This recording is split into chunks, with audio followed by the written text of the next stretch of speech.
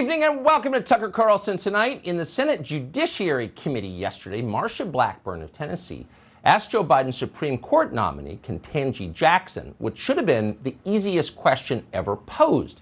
Can you define what a woman is? Now imagine, put yourself in her position and imagine how relieved Jackson must have been when she heard that question. Here she stayed up all night trying to memorize obscure case law from the 19th century and court precedent. And when she finally gets to the hearing room, all the Republicans want is a recap of day one of ninth grade biology. What's a woman? For a world-famous scholar like Ketanji Jackson, that should have been effortless. Talk about slow and steady right down the plate. A woman? Jackson might have said, looking incredulous. That's simple. A woman is a human being with 2 X chromosomes. Ask any geneticist. It's detectable in a blood test. But if you're still confused by what a woman is, you can ask a doctor. Women have wider pelvises and different bone structures from men, not to mention very different genitalia. It's usually pretty obvious they're women just by looking at them. Women are built differently because their bodies are designed to do different things. Nature is real. Women menstruate. Women give birth and then breastfeed. Men do not do these things because they can't. Not a single man in all human history has ever had his period or delivered a baby. And I know this, Senator, because I'm a woman myself. In fact, that's why I'm here. Joe Biden nominated me to the Supreme Court because I am female, and he has said so himself many times. The president knows exactly what a woman is. If he didn't know, he wouldn't have picked me, obviously. So please, Senator Blackburn, do not waste my time. With all respect, that is an incredibly stupid question. Imagine if she said that. What an answer that would have been. Do you know a single person who wouldn't have cheered? We would have. Honesty is a wonderful thing to watch, no matter where it comes from. But that is not what Ketanji Jackson said. Here was her actual answer. Can you provide a definition for the word woman? Can I provide a definition? No. Yeah. I can't. You can't? Not in this context. So I'm not a biologist. Oh, I'm not a biologist. You following this? So only a biologist is allowed to tell you what a woman is. And Ketanji Jackson, incredibly impressive as they tell us she is not, she just reminded us, a biologist. Not that it would make any difference if she were a biologist, because no one in the Democratic Party cares what biologists think about biological sex. Biologists have been banned along with a lady who writes Harry Potter novels. In 2022, the power of science and literature crumble in the face of the trans lobby. So actually, Ketanji Jackson's academic credentials are not strictly speaking all that relevant here. But still, pause for a second and marinate in the awe-inspiring stupidity of her answer. What's a woman? I don't know. I'm not a biologist. Oh, we see how this works. Hey, Ketanji Jackson, is it raining? I don't know. I'm not a meteorologist. How would you respond to someone who said something like that? You'd probably give up and find someone else to talk to. That person was not capable of conversation.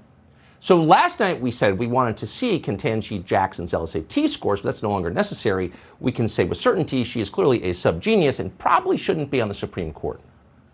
What's a woman? Definitely the most revealing question ever asked in a Senate confirmation hearing. And one of the many things it reveals is how utterly the Democratic Party as an institution has changed in just 4 years. It's a mile marker that tells us the evolution of the party. So during the last Supreme Court nomination, you'll remember, we were commanded to believe that all women must be believed regardless of whether or not they were telling the truth. They're women. Therefore, in the name of social justice, you must accept whatever they say at face value. A woman's word is like a sworn affidavit. You can take it to the bank. Here's Kamala Harris to explain. Let's speak truth about what we've all been talking about the last few days and again this evening, which is that Supreme Court process. Let's speak the truth. It was a sham.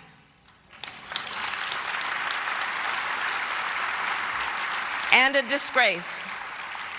Let's speak the truth, that it was a denial of justice for the women of this country. How amusing is it to see Kamala Harris say, let's speak the truth? Throw a beer can at the TV if you agree. So to recap, in 2019, it was, quote, a sham and a disgrace to doubt a woman's word because by the virtue of their biology, women did not lie. That's what it was to be a woman, utterly truthful all the time.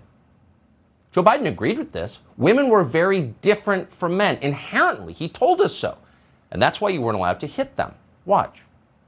We, in fact, have to fundamentally change the culture of how women are treated. No man has a right to raise a hand to a woman in anger other than in self-defense, and that's rarely ever occurs. And so we have to just change the culture, period, and keep punching at it and punching at it and punching at it.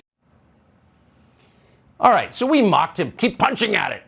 Domestic abuse, that is. We made fun of him, but he was onto something. Actually, what he said was entirely true. Ask yourself, two men get in a bar fight, one of them punches the other in the face. What's your response to that?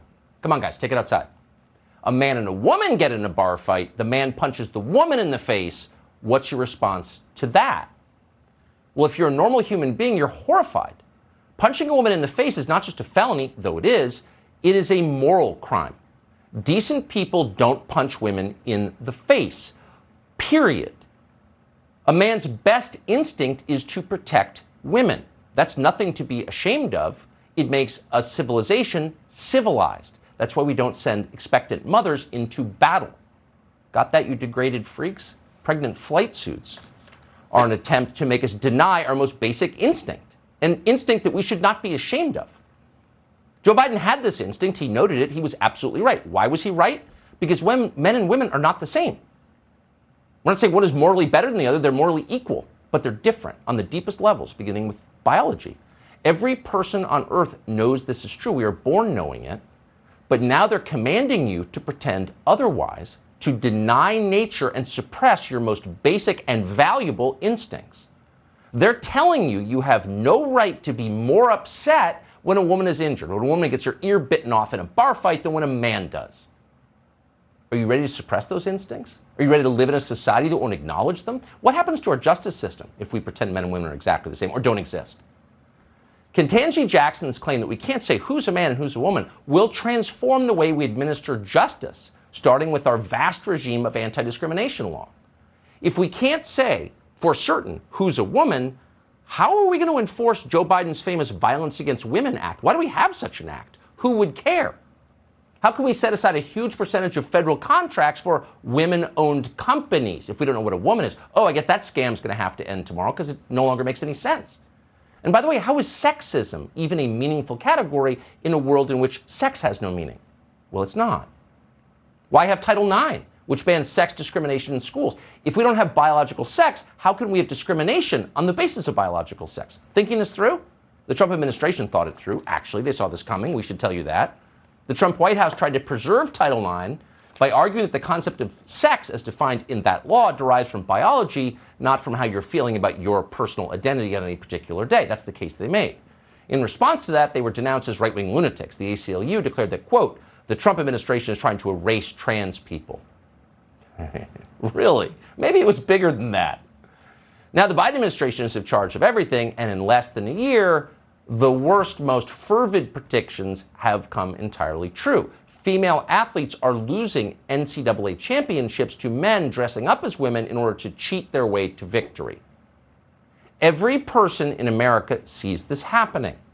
Very few are brave enough to say a word about it. But here's one of them. This is a woman who happened to be watching an NCAA swimming championship in which a male swimmer going by the name of Leah Thomas dominated every woman in the pool. I'm a woman. That is not a woman. Can I ask you a question? That is not a woman. Can I ask you a Do you question? have ovaries? Can I ask you a question? Yeah, go on, then ask me a question. Ask me a question. Are you a biologist? Oh my God, don't be ridiculous. No, I'm not a vet, but I know what a dog is. We'd love to have her on. I'm not a vet, but I know what a dog is. Yes, you do. We all do. Even Ketanji Jackson knows. She's had a few children of her own. She probably learned exactly how the process works. The point of the trans movement isn't to convince anyone that biology isn't real. They're not even trying. That's an impossible case to make. You would sound ridiculous if you tried to articulate that, much less explain it. The point of this exercise is very different. The point is to make the rest of us repeat a lie, to say something we know perfectly well is not true.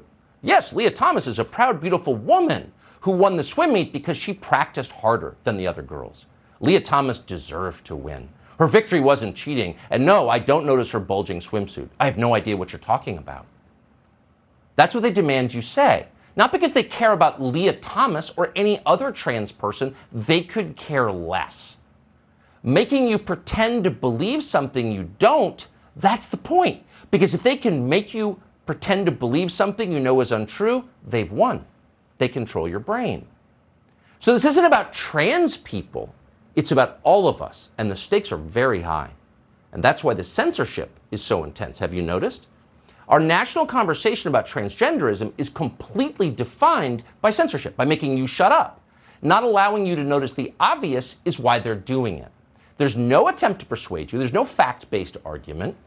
You can't respond, oh, so men can become women just by wishing it so? Tell us how that works. Can I stop male pattern baldness the same way? Can I grow 6 inches? Please explain how this remarkable new power the trans community has discovered might apply to me. Can I do it too? The power of positive thinking. Well, that's a fair question. They'll never answer it. They'll just make you be quiet. Their first move always is censorship, and their second move inevitably is punishment.